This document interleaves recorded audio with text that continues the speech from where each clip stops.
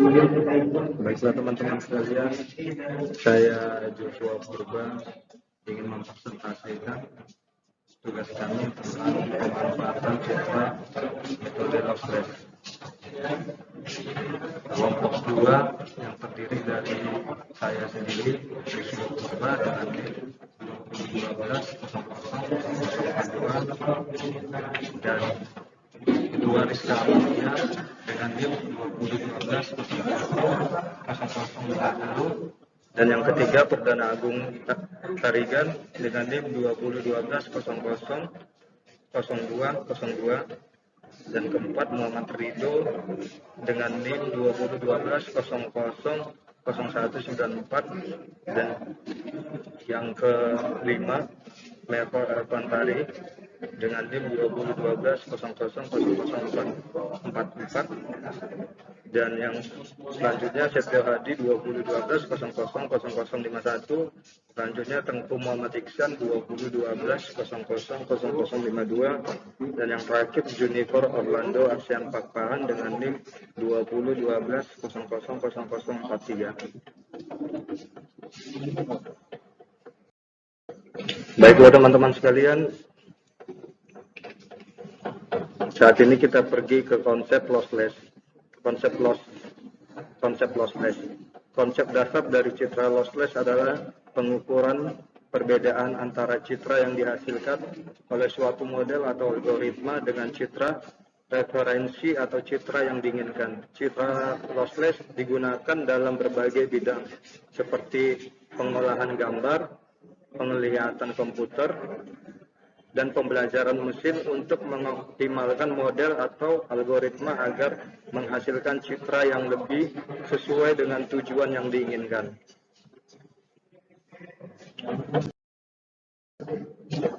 Jenis-jenis lossless. Mean Square Error atau singkatan dari MSE. MSE mengukur rata-rata kuadrat perbedaan piksel antara citra yang dihasilkan dan citra referensi. Rumusnya MSE sama dengan 1/n kali I sama dengan 1/n. I tutup kurung I kurang R tutup kurung R kuadrat 2 pangkat 2. Keterangan I sama dengan citra yang dihasilkan, R sama dengan citra referensi, dan N sama dengan jumlah total piksel dalam citra.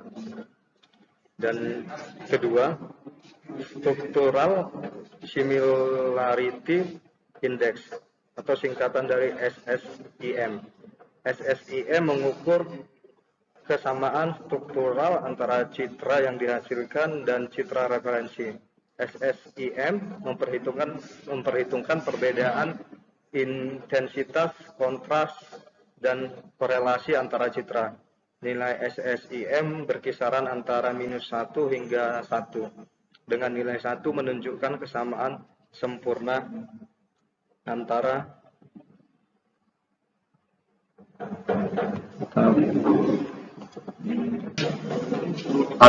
dua citra. Oke, di sini saya akan melanjutkan dari presentasi kami tentang jenis-jenis lossless. Yang pertama, mean square error atau MSE. MSE mengukur rata-rata kuadrat perbedaan piksel antara citra yang dihasilkan dan citra referensi. Rumusnya sendiri yaitu adalah MSE sama dengan buka kurung 1/n tutup kurung dikali kita buka kurung I sama dengan 1/n tutup kurung, kemudian buka kurung I besar, buka kurung lagi I kecil, tutup kurung dikurang R I tanda panah atas dan 2. Keterangannya sendiri yaitu dimana I besar adalah citra yang dihasilkan, R citra referensi, dan N jumlah total piksel dalam citra. Yang kedua dari jenis-jenis lossless adalah Structural Similarity Index atau SSIM.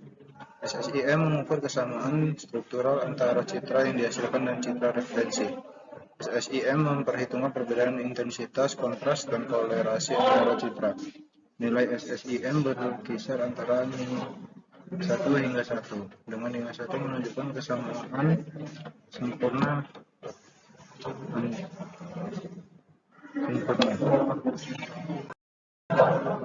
Yang ketiga, perceptual loss. Perceptual loss berfokus pada penilaian kualitas citra berdasarkan persepsi visual manusia. Contoh populer dari citra loss berbasis perseptual adalah VGG loss yang menggunakan jaringan VGG untuk mengekstraksi filter citra. Yang keempat, adversarial loss. Adversarial loss melibatkan penggunaan jaringan diskriminator yang berfungsi sebagai pembanding untuk membedakan antara citra yang dihasilkan model dengan citra referensi. Kemudian yang selanjutnya adalah algoritma yang dapat digunakan pada lossless. Algoritma movement, dan kedua algoritma discrete Gaussian transform, yang ketiga algoritma run length encoding atau RLE, dan yang keempat algoritma length Zipf-Wells atau LZW, dan kelima algoritma predictive coding, keenam algoritma Burrows-Wheeler transform atau BWT, dan keenam algoritma lossless JPEG atau JPEG LS, dan yang terakhir adalah algoritma arithmetic coding.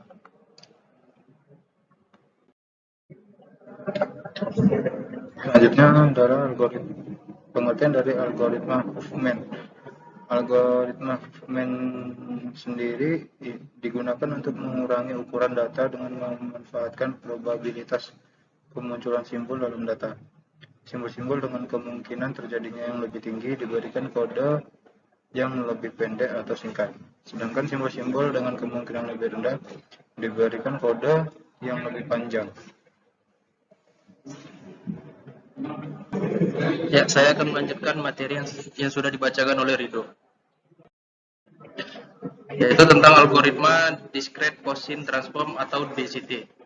Metode discrete Gaussian transform atau DCT pada tahap ini mengubah input data ke dalam format untuk mengurangi redundansi interpixel pada gambar masukan.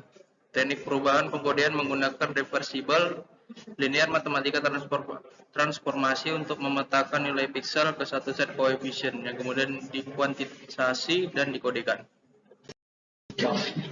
Selanjutnya adalah algoritma run length encoding atau RLE. Algoritma ini mencoba memanfaatkan kecenderungan adanya sejumlah besar nilai pixel yang berurutan dengan intensitas yang sama.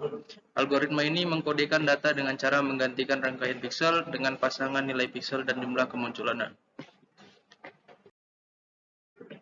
Selanjutnya ada algoritma Lempel-Zipf-Wells atau LZW. Algoritma ini menggabungkan pola-pola yang sering muncul dalam data untuk menghasilkan kode yang lebih pendek. Algoritma ini membangun kamus dari pola-pola yang ditemukan dan menggantikan pola-pola tersebut dengan kode yang lebih pendek. Assalamualaikum warahmatullahi wabarakatuh. Perkenalkan, nama saya Perdana Agung Tarigan dengan NIM 2012000202. Saya akan melanjutkan presentasi dari teman kita Muhammad Ihsan. Algoritma predictive coding. Algoritma ini menggunakan prediksi nilai pixel berdasarkan nilai pixel sebelumnya dalam gambar. Selisih antara nilai pixel aktual dan prediksi digunakan untuk menyimpan data.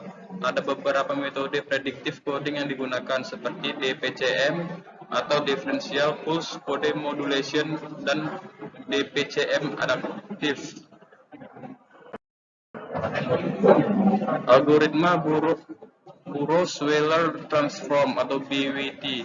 Algoritma ini melakukan transformasi pada data untuk memanfaatkan kecenderungan munculan pola dalam data. Transformasi ini mengubah urutan karakter dalam data menjadi urutan yang berpotensi memiliki kecenderungan pola yang lebih besar. sehingga dapat melakukan kompresi lebih lanjut. Lalu algoritma selanjutnya ada algoritma lossless JPG atau LS. Algoritma ini dikembangkan khusus untuk kompresi citra lossless. Algoritma ini menggunakan kombinasi dari prediksi nilai piksel dan teknik seperti konteks adaptif untuk mengurangi ukuran data.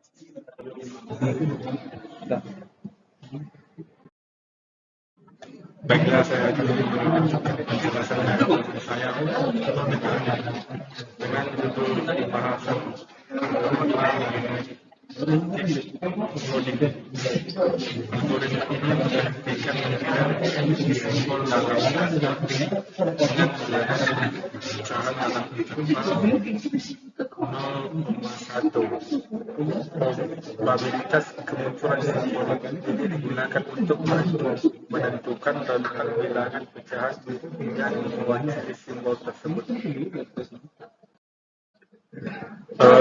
Pemahaman algoritma Huffman dan DCT. Yang pertama, algoritma Huffman. Metode penempatan Huffman menggunakan prinsip bahwa nilai atau derajat keabuan yang sering muncul di dalam citra akan dikodekan dengan jumlah bit yang lebih sedikit, sedangkan nilai keabuan yang frekuensi kemunculannya sedikit dikodekan dengan jumlah bit yang lebih panjang. Sedangkan algoritma Discrete Gaussian Transform atau disingkat dengan DCT adalah mengubah input data ke dalam format untuk mengurangi redundansi interpixel pada gambar yang dimasukkan. Teknik perubahan pengkodean menggunakan reversible linear matematika transformasi untuk memetakan nilai piksel ke semua citra atau koefisien. Langkah-langkah algoritma Huffman. Yang pertama, urutkan secara naik nilai-nilai keabuan berdasarkan frekuensi kemunculannya atau berdasarkan peluang kemunculan. Baru gabungkan dua poin di frekuensi kemunculan paling kecil pada sebuah akar, kemudian hasil frekuensi yaitu jumlah dari keduanya. Ulangi langkah kedua sampai tersisa hanya satu buah pohon biner. Beri label setiap sisi pada pohon biner. Sisi kiri dilabeli dengan 0 dan sisi kanan dilabeli dengan 1. Telusuri pohon biner dari akar ke daun. Berikan label sisi dari akar ke daun. Menyatakan kode Huffman untuk derajat keabuan yang bersesuaian. Demikian saja penjelasan dari saya, teman-teman. Akan dilanjutkan oleh teman saya, Rizka.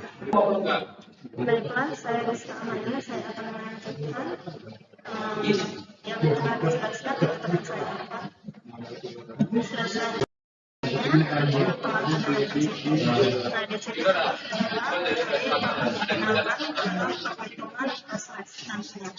Yang pertama adalah pembagian blok menjadi matriks abad ke-8. Blok ini dibagi dari citra yang sudah ada. Kemudian ada matriks ukuran 128 karena algoritma DCT bekerja pada data minus 228 sampai 127. Lalu perhitungan matriks transport dengan rumus DCT. Lalu matriks diubah ke matriks kuantisasi dengan rumus di bawah ini, yaitu di mana matriks C, I, J sama dengan round, matriks D, I, J dibagi matriks Q, I, J. Proses terakhir pengenalan data dengan memasukkan data pada round pada matriks R, I, J sama dengan matriks Q, I, J dikali matriks C, I, J, yang dimana matriks R ini merupakan nilai N, yaitu N sama dengan round matriks T transport dikali matriks R dikali matriks T, kemudian ditambah 128.